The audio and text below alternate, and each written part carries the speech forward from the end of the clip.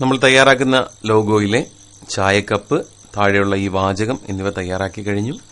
ഇനി വേണ്ടത് മുകളിൽ കമാനാകൃതിയിൽ എ കുടുംബശ്രീ ഇനിഷ്യേറ്റീവ് എന്ന വാചകവും അതിനൊരു ബോർഡറുള്ളൊരു ചതുരവും നൽകുക എന്നുള്ള പ്രവർത്തനമാണ് ഇനി ചെയ്യുന്നത്. അതിനായി സർക്കിൾ ടൂൾ ഉപയോഗിച്ച് സർക്കിൾ ടൂള് സെലക്ട് ചെയ്യുമ്പോൾ മുകളിൽ വരുന്ന സ്റ്റാർട്ട്, എൻഡ് എന്നീ ജാലകങ്ങൾ ശ്രദ്ധിക്കുക. അതിലെ സ്റ്റാർട്ട് എന്ന ഭാഗത്ത് 180 എന്ന് ടൈപ്പ് ചെയ്ത് നൽകുക. ടൈപ്പ് ചെയ്ത ശേഷം നമ്മൾ വരയ്ക്കുന്ന വൃത്തം അർദ്ധവൃത്തമായിരിക്കും.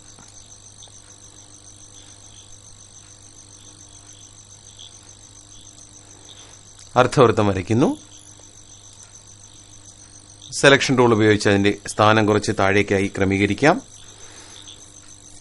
ഇപ്പോൾ നമ്മൾ മറ്റൊരു വൃത്തം വരയ്ക്കുമ്പോൾ, വേറൊരു പ്രവർത്തനവുമായി ബന്ധപ്പെട്ട് മറ്റൊരു വൃത്തം വരയ്ക്കുമ്പോഴും ഇതുപോലെ അർദ്ധവൃത്തമാണ് വരുന്നതെങ്കിൽ അതിനെ പൂർണ്ണവൃത്തമാക്കാൻ മുകളിൽ കാണുന്ന ടാബിലെ ഈ കാണുന്ന പൂർണ്ണവൃത്തം എന്ന ഭാഗത്ത് ക്ലിക്ക് ചെയ്താൽ, ആ പൂർണ്ണവൃത്തത്തിൽ ക്ലിക്ക് ചെയ്താൽ മതിയാവും.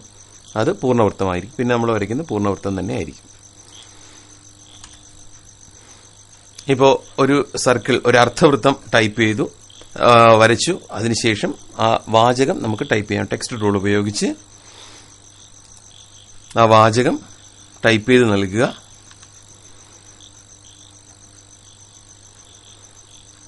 ടെക്സ്റ്റ് സെലക്ട് ചെയ്ത് മറ്റ് ഫോണ്ടുകൾ മാറ്റാനുള്ള സംവിധാനവും ഇവിടെ ലഭ്യമാണ്.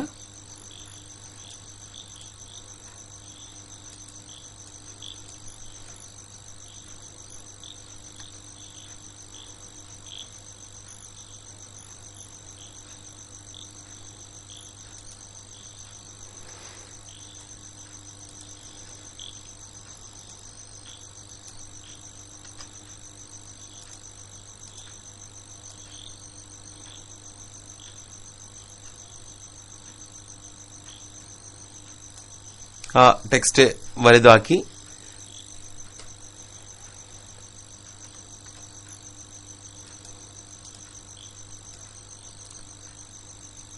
ആ ടെക്സ്റ്റിനെ വലുതാക്കിയ ശേഷം നിറം നൽകാം. അതിനുശേഷം കീബോർഡിലെ ഷിഫ്റ്റ് കീ അമർത്തിപ്പിടിച്ച് ആ ടെക്സ്റ്റും വരച്ചിരിക്കുന്ന അർദ്ധവൃത്തവും സെലക്ട് ചെയ്യുക. ഇപ്പോൾ രണ്ടും സെലക്ഷൻ ആയി കഴിഞ്ഞു. മുകളിലെ പാത്ത് മെനുവിൽ നിന്നും, ടെക്സ്റ്റ് മെനുവിൽ നിന്നും put on path menu select ചെയ്യുക. Text put on path select ചെയ്യുക. ഇപ്പോൾ ആ ടെക്സ്റ്റ് കൃത്യമായി അതിൽ ചേർന്നിരിക്കുന്നത് കാണാം. ആ അർദ്ധവൃത്തത്തിന്റെ വരിയിലായിട്ടുണ്ട്. ടെക്സ്റ്റ് ടൂൾ ഉപയോഗിച്ച് തുടക്കം ക്ലിക്ക് ചെയ്ത് സ്പേസ് ബാർ ഉപയോഗിച്ച് കൃത്യമായ അളവിൽ ക്രമീകരിക്കുക. ഇപ്രകാരം ക്രമീകരിച്ച ശേഷം ആ സർക്കിൾ സെലക്ട് ചെയ്ത് ഒബ്ജക്റ്റ് ഫിൽ ആൻഡ് സ്ട്രോക്ക് ക്രമത്തിൽ ക്ലിക്ക് ചെയ്ത് ആ ചിത്രത്തിന്റെ നിറം ഒഴിവാക്കുക, ഫില്ല് ഒഴിവാക്കുക. ഇപ്പോൾ കമാനാകൃതിയിൽ ആ വാചകം മാത്രം കമാനാകൃതിയിൽ നിൽക്കുന്നത് കാണാം. സെലക്ഷൻ ടൂൾ ഉപയോഗിച്ച്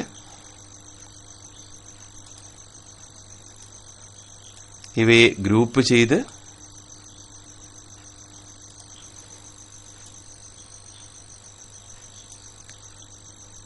അത് ആ ചായക്കപ്പിന് മുകളിലായി ക്രമീകരിക്കുക.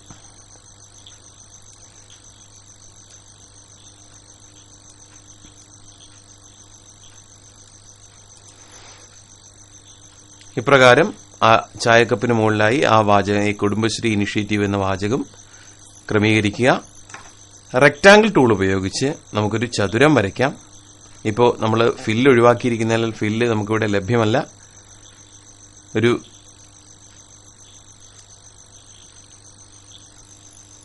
ചതുരം വരയ്ക്കുന്നു. ഒബ്ജക്റ്റ് ഫിൽ ആൻഡ് സ്ട്രോക്ക് ക്രമത്തിൽ ഫില്ല് നൽകുക. ഫില്ല് ഒരു വൈറ്റ് കളറാണ് വേണ്ടത്. ഇപ്പോൾ പുറകിൽ തയ്യാറാക്കിയിരിക്കുന്ന ചിത്രങ്ങളുടെ മുകളിലാണ് ഈ ടെക്സ്റ്റ് വന്നിരിക്കുന്നത്, ആ ചതുരം വന്നിരിക്കുന്നത്. അതിന് ഫില്ല് ഒഴിവാക്കി സ്ട്രോക്ക് നൽകുക. ഇപ്പോൾ നമുക്ക് ആവശ്യമായ രീതിയിൽ ആ ചിത്രത്തിനെ ലഭ്യമായിരിക്കുന്നു. ആ ഫില്ല് നൽകിയില്ലെങ്കിലും പ്രശ്നമില്ല. ഇപ്പോൾ ആ സ്ട്രോക്ക് നൽകി ചിത്രത്തെ നമുക്ക് ആവശ്യമായ രീതിയിലേക്ക് എത്തിക്കാൻ സാധിച്ചിട്ടുണ്ട്. കീബോർഡിലെ ആരോ കീ ഉപയോഗിച്ച് അതിനെ കൃത്യമായ അളവിൽ ക്രമീകരിച്ച് വയ്ക്കുക. എല്ലാ ചിത്രങ്ങളെയും ഒരുമിച്ച് സെലക്ട് ചെയ്ത് ചതുരം വരയ്ക്കുന്ന ടൂൾ ഉപയോഗിച്ചോ കൺട്രോൾ എ എന്ന ക്രമത്തിലോ എല്ലാം സെലക്ട് ചെയ്ത് ഒബ്ജക്റ്റ് മെനുവിലെ ഗ്രൂപ്പ് സെലക്ട് ചെയ്യുക. അത് ഒറ്റ ചിത്രമായി നമുക്കതിനെ ആവശ്യമായ വലിപ്പത്തിൽ ആ മൂലയിലുള്ള നോഡിൽ ക്ലിക്ക് ചെയ്ത് നമുക്ക് വലിപ്പം ക്രമീകരിക്കാം.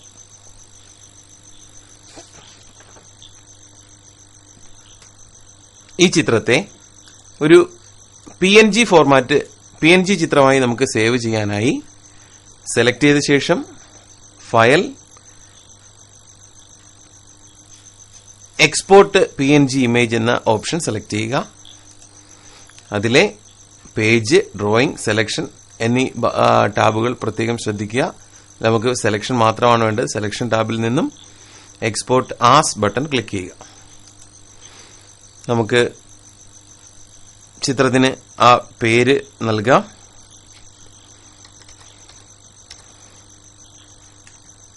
സേവ് ചെയ്യുന്നു. എക്സ്പോർട്ട് ബട്ടൺ ക്ലിക്ക് ചെയ്യുക. ആ ചിത്രം PNG ഫോർമാറ്റിൽ ഹോമിൽ വന്നിട്ടുണ്ടാവും.